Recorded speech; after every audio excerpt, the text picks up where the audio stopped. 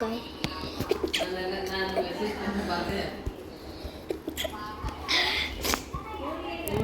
I was sneezing. Let's continue the video. Did you know?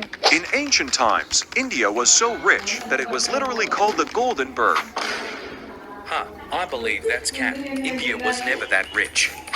Dude, I am talking about ancient times. This was around Maurya and Gupta period, roughly 300 BCE to 500 CE. You did not even exist that time. Christopher Columbus reached the Americas in 1492, and USA as a country formed in 1776. Basically, when India was already flexing as the Golden Bird, America was just forests, tribes, and zero flags. To put things in perspective, when India was trading with Rome and Asia, the land that would later become America was still unknown to Europe. So nobody from Europe even knew I existed. Exactly. Europeans reached those lands much later, and only then did colonies form. USA came into existence centuries after India's ancient wealth era. In Hindi, it was called so Any Ki Chidiya. Gold, spices, diamonds, knowledge, ships full of money flying out of India like Amazon Prime deliveries. Everyone wanted a piece of India. Romans, Arabs, Europeans, even your history textbook was jealous. But then, India got looted, colonized, drained. The Golden Bird lost its shine and escaped the cage. Part 1. Why India was called the Golden Bird. Long ago, like really long ago, before Wi-Fi and homework existed, India was rich because of three things. First, trade. India sold spices, silk, cotton, gold, diamonds. Back then spices were like crypto, insanely valuable. One ship from India could make Europeans rich for life. Second, skills. Indian steel, Indian math, Indian medicine. The number zero was invented in India. Without it, there would be no computer, phone, and internet. Third, farming. India had fertile land and rivers. Food equals power. More food means more people. More people means more workers. More workers means more money. So the world looked at India like, bro, this bird is made of gold. Part 2. How the Golden Bird got cooked. LOL, the main credit here goes to me.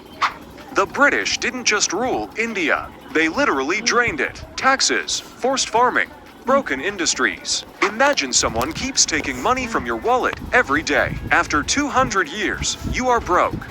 By the time India got independence in 1947, the Golden Bird was tired, injured, and broke. Hey, wanna trade?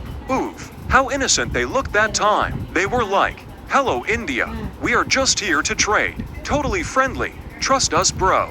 Oh cool, trade sounds nice. We have spices, cloth, diamonds. Trade. No, imitate everything. What? Wait, why am I paying you taxes in my land? Ah yes, for protection from the problems that we created. Then comes the real pain. British policies destroyed Indian industries. Bro, my cloth industry is dying. My workers are jobless. Skill issue. Now buy OU clothes instead. Food problem hits. Farmers forced to grow crops for export, not food for locals. Bro, people are hungry. Can we keep some food? Sorry, rules are rules. Empire first. Millions suffered. Famines happened. Money kept flowing out of India, straight to UK's pocket. Wow, look at London. So rich and so powerful. Bro, that was my money. Part 3. Slow recovery arc. Why India... Wait guys, I gotta drink water. So watch the full video. stayed poor for long.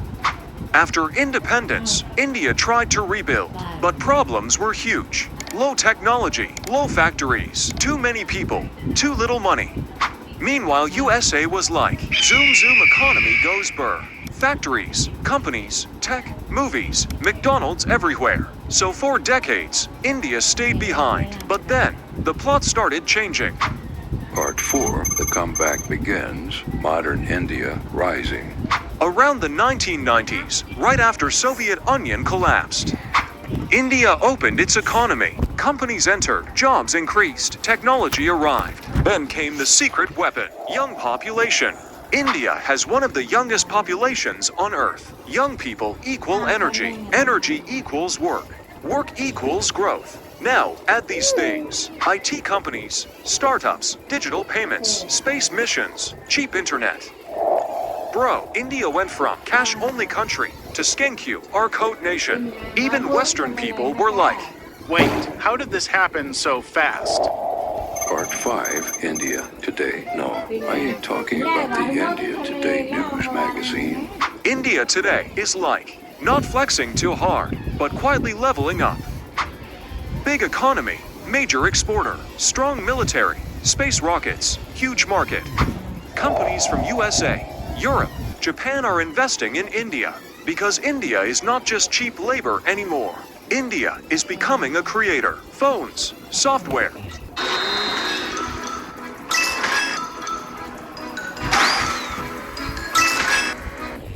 Not just cheap labor anymore.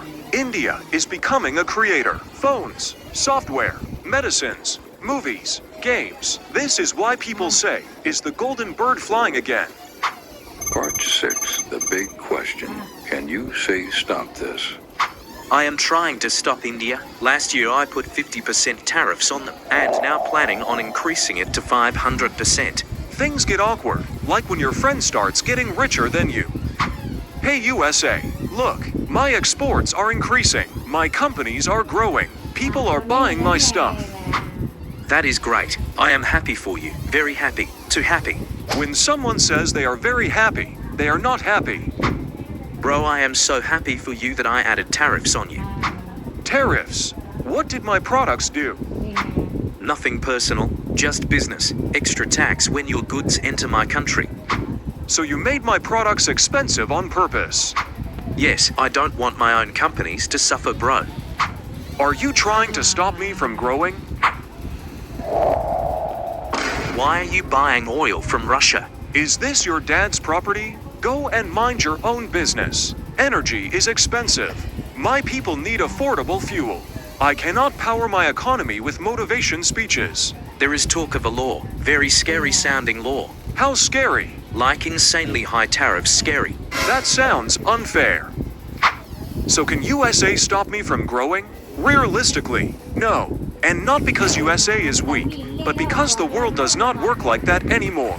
USA can slow things down by adding tariffs, limiting tech access, or making Indian products more expensive in the American market. But that only affects one route, not the entire journey. India's growth today comes from inside the country. Its huge population buying things, young people working, factories producing locally, startups popping up, and digital systems running daily life. So even if one door closes, 10 others open. If USA pushes too hard, companies simply shift supply chains instead of stopping them. And India trades more with Europe, Asia, the Middle East, and Africa. It is like trying to stop a train by putting a small rock on one track while the train has multiple tracks ahead. So no, USA cannot stop India from growing.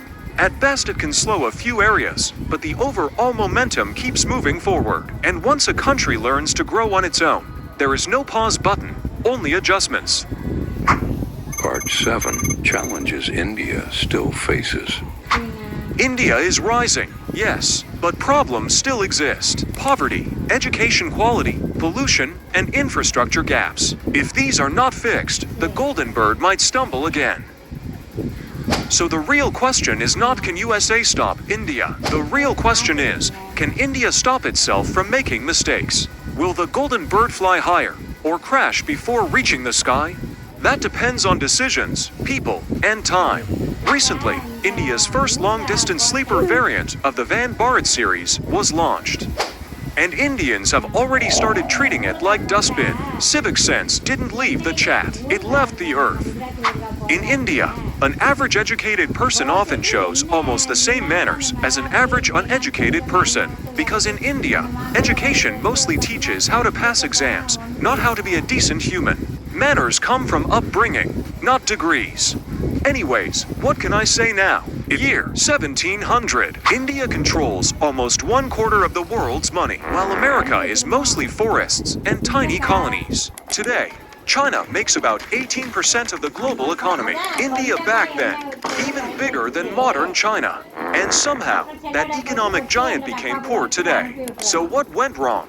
How did India went from super rich to poor? How is this possible? Dude, it's literally your fault. But I also built many infrastructure in your country. Back in the 1700s, before the British arrived, India was so rich that it's honestly hard to imagine today. There were ships full of textiles, markets full of gold and silver, traders from across the world competing to buy Indian goods. India wasn't catching up to the world. The world was trying to catch up to India. Then the British came and slowly drained enormous wealth. But bro, here's the question nobody asks. What if they didn't? What if Britain industrialized India instead of extracting from it? Let me give you a hint. In 2026, instead of China being the manufacturing superpower, most products around you might say, made in India instead of made in China. So how did one of the richest regions on Earth fall so far? Imagine the world economy as a leaderboard. India was ranked #1. Europe was still grinding levels. And America, bro, they still figuring out the controls. God, this is a new headache now.